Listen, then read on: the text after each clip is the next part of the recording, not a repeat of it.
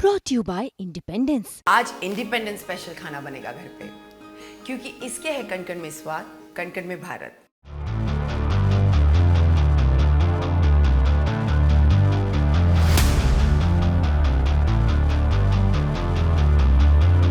Ukraine में प्रधानमंत्री नरेंद्र मोदी की धांसू एंट्री हुई और उधर चर्चा रूस में शुरू हो गई। प्रधानमंत्री के यूक्रेन दौरे को लेकर इंतजार था रूस की तरफ से किसी टिप्पणी की। रूस इसे लेकर क्या सोचता है, किस तरीके की प्रतिक्रिया दे रहा है, उसका अब तक कोई कड़ा या सख्त रुख दिखाई क्यों नहीं पड़ा? जवाब आपको इस रिपोर्ट में मिल जाएगा। पीएम मोदी के दौरे को लेकर पुतिन की तरफ से या पुतिन प्रशासन की तरफ से कोई ठोस बयान तो नहीं आया, लेकिन रूसी मीडिया में जमकर पीएम मोदी के यूक्रेन दौरे की चर्चा हो रही है।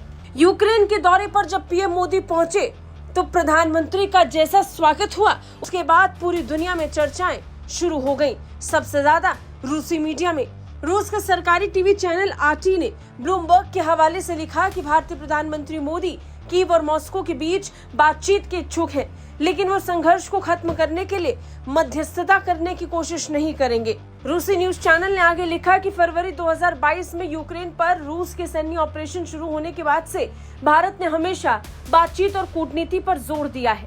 हालांकि अब तक इसने कोई पीस प्लान सामने नहीं रखा है।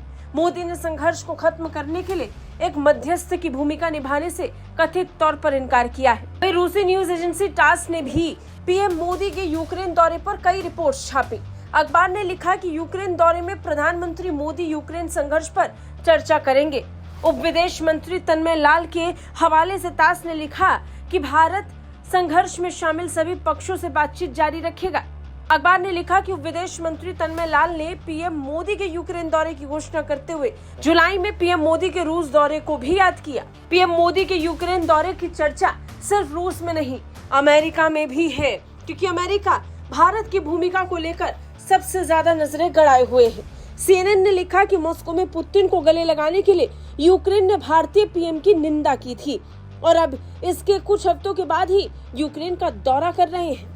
वहीं अमेरिकी समाचार एजेंसी रॉयटर्स ने मोदी के यूक्रेन दौरे के संबंध में एक रिपोर्ट के शीर्षक में लिखा कि पुतिन को फटकार लगाने के कुछ हफ्ते के बाद मोदी 23 अगस्त को यूक्रेन का दौरा करेंगे।